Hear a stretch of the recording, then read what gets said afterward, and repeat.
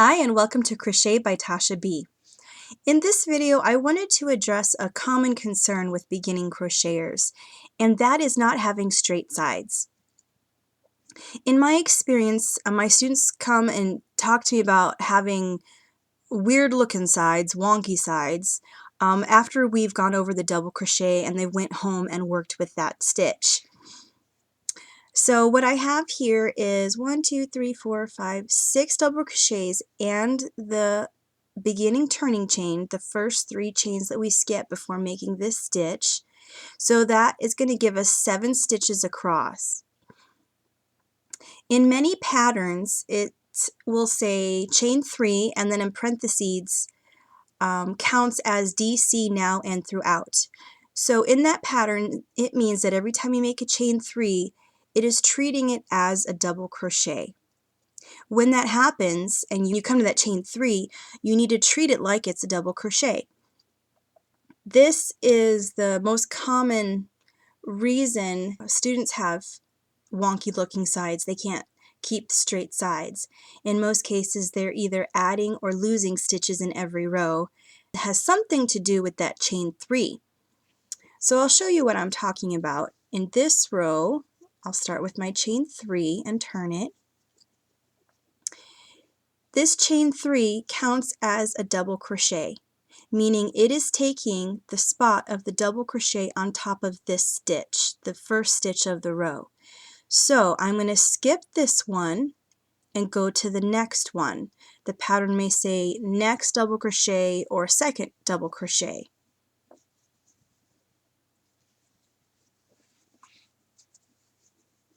And you'll see here that chain is standing above this stitch and these are above those stitches. So it is taking the place of a double crochet on this side. In the case where you were added a stitch, you would have went into here and had 2 stitches essentially coming out of this one stitch. And since we're wanting straight sides, we don't want to do that. We want 1 stitch on top of each stitch of the row below. So I'll move on over to the end of this row till I get to this chain 3 on this side. When you get to the chain 3, you need to stitch into the top of it because you're treating it like a double crochet stitch. And there's a couple of ways that you can go in. You can go into just any 2 bars. You know, there's 3 bars that make up a chain. The V on the front and then the backbone on the back. As long as you go through 2 of the 3, you're going to be okay. Now this is the part of the V closest to me, and then the backbone behind it. That's usually the easiest to find, especially when you're a beginner. That's the easiest one. I like to go into the V itself, and I'll go into one side at a time. Here's this side closest to me, and then the other side of the V on the back.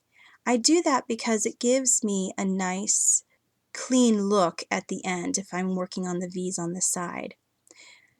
Now the reason I say go into 2 parts of the V instead of just 1, if you were to go into 1, it would stretch out just that 1 loop and it would look really weird. You'd actually have a big stretched out loop and that's not going to look nice. If you go into 2, then it's going to give you some stability, and you can see here how this double crochet is on top of this chain 3 and gives us a straight side. Alright, so I'm going to do the chain 3 again, turn. I'm going to skip this first one, going into the second,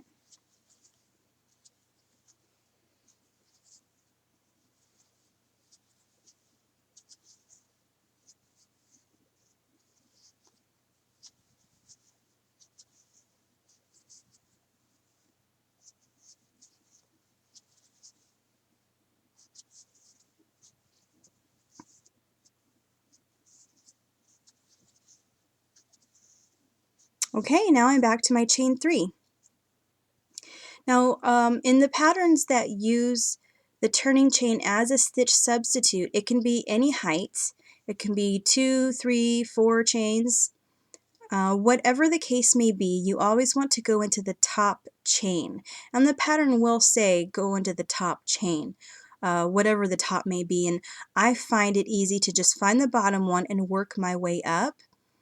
For some, it might be easy to just see that top V, but that's not always the case. So just kind of as a rule for myself, I count from the bottom up. I find that the easiest way, the most consistent way. So here, the way I do it, I go into each side of the V and I find that. As long as it's 2 parts, you're okay. I'll finish off my stitch. Again, I have a straight side there, and I have a straight side over here. Alright, I'm going to do just one more row. Okay, skipping the first stitch.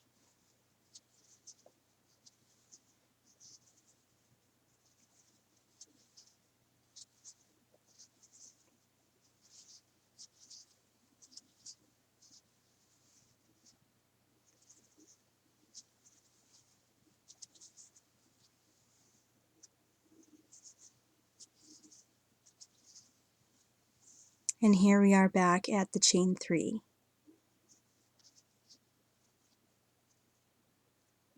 Using your nails is okay. Whatever you need to do to get your hook where it needs to go and bring your yarn through wherever it needs to go. Okay, so here we have our little swatch. Now I have some gaps here, and some people do complain about that. Well, first of all, I want you to see we do have some straight sides. I talked earlier about how you can get extra stitches in your row, and that's when you're coming across and you end up putting a double crochet into this first stitch, and so you have that double crochet there and the chain 3 sticking out of the same place. That's going to give you an extra one. The way that you lose a stitch is when you come to the chain 3 and you miss it.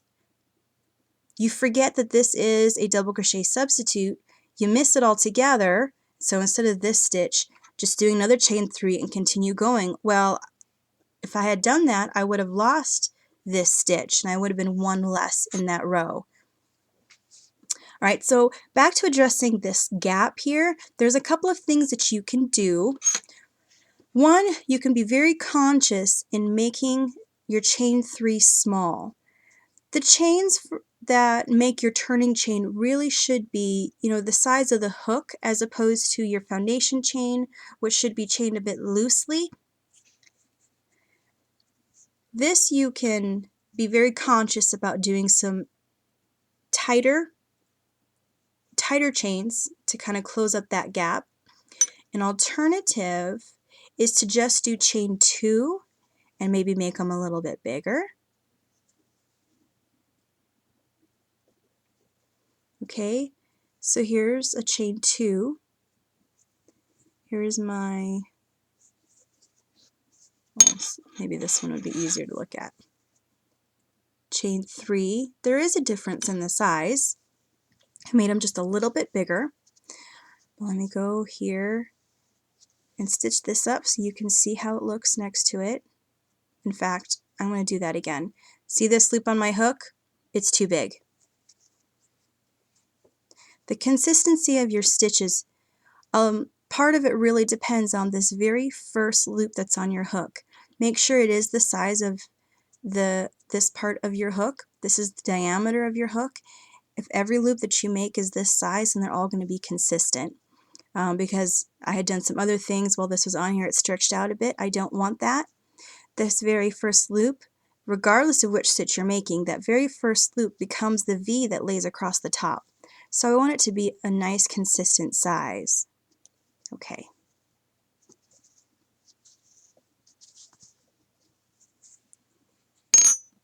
Alright, so you can see here, there is less space there than like here. So if that's what you prefer, go right on ahead and do that. Play around with it a little bit, see what works for your gauge, the way that you make your stitches. Alright, feel free to make any comments on this video, any questions or requests for future videos that you'd like me to make. Go ahead and leave a comment there. I very much appreciate that. Thank you for watching Crochet by Tasha B.